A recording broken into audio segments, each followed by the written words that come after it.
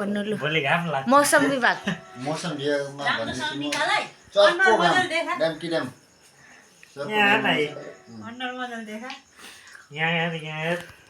काम हुन्छ भोलि बिहान एक पेट टक्कै खान्छु खाएर त्यहाँ काम हजुर कुन न्युजको रिपोर्टर हो म यो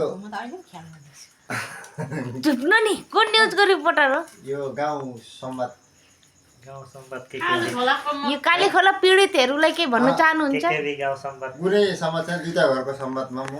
सानो वक्तव्य राखेर अनि त्यहाँ चोर कसरी भयो भनिदिनुहोस् हजुर चोर त्यहाँ चोरले कसरी लग्यो तपाईँ पत्रकार भएर कहाँ चोर त यहाँ आओस् न चोरको त मनी चोरको चाहिँ नि म हजुरलाई चोर कसरी म चोर हुँ भनेर तपाईँको आँखा अगाडि आइदिने आउने त्यसलाई म पक्नु न कहाँ बनाउने चोर त छ त चोरको त म त हड्डी नि एकैतालमा हजुर अझै अरू केही छ न्युज पत्रकार भएर म यसरी पक्रिन्छु यसरी पक्रिनु त्यो यसरी पक्रिनु खुट्टा एकजना थिच्छ घाँटीमा चाहिँ नि त्यो बुट छैन बुट यस्तो गलामा चाहिँ नि छाप्टो खुट्टा राखेर चाहिँ नि बोरामा प्याक गरेर अलिक होसले सुन्नु हो बोलाउँदाखेरि सुन्नु तपाईँ बोलाएर म सुन्ने ऊ त ऊ जङ्गलमा लानु चाहिँ त्यसलाई त्यहाँ बोरामा बाँधेर फ्याँक्नु भन्दामा त्यो गेटमा चाहिँ बन्द गर्छु भन्दै थियो उहाँ बेसी पर्दैन यो रेललाइन पार गरेर त्यहाँ जङ्गलमा फ्याँक्नु त्यस्तै गाउँमा खतम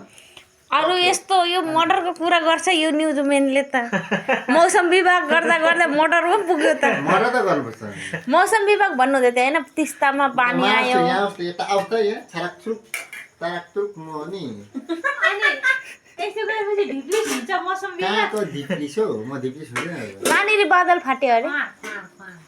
हाम्रो भुटानपट्टि यसरी फोन लिएर बोल्नु नि तपाईँको माइक भन्नु चार्जै छैन माइक यसरी बोल्नु बिग्रेको छ नाम पत्रकारको नामै नदिकन पत्रकारको उयो दिँदै भन्नुहोस् म भरत छेत्री हुँ म भरत छेत्री पत्रकार बोल्दैछु म भरत छेत्री खड्का छेत्री पत्रकार यहाँ कालीखोलाको एउटा न्यु पत्रकार सन्दर्भले आएको चोरको चाहिँ नि म पत्रकारहरू त्यसरी बस्दिँदैन त कसरी सामने भएर बोल्नु एकदम नर्मल भयो अनि तपाईँ चाहिँ के काम गर्नुहुन्छ म के गर्नु म त्यस्तै खोला इन्जिनियर खोला इन्जिनियर बालो ढुङ्गा ठुलो काम गर्छु म ठुलो काम गर्छु दिन आन्टी आजको लागि समाप्त भनिदिनु त्यत्रो काम गरेर नमस्ते भन्नु ओके थ्याङ्क यू धन्यवाद नमस्ते गर्नुपर्छ हामी हिन्दुस्तानी नेपाली हिन्दुस्तान नेपाली हामी त्यो चाहिँ के गर्नुभएको होला यो खैनी मोलेको हाम्रो खैनी त गोर्खा जिन्दगानी हो यो खैनी बिना त जिन्दगी छैन एक चुट्टी खैनीमा खुट्टी भनेको त्यत्रो भात पकाएर आज के गरेको नि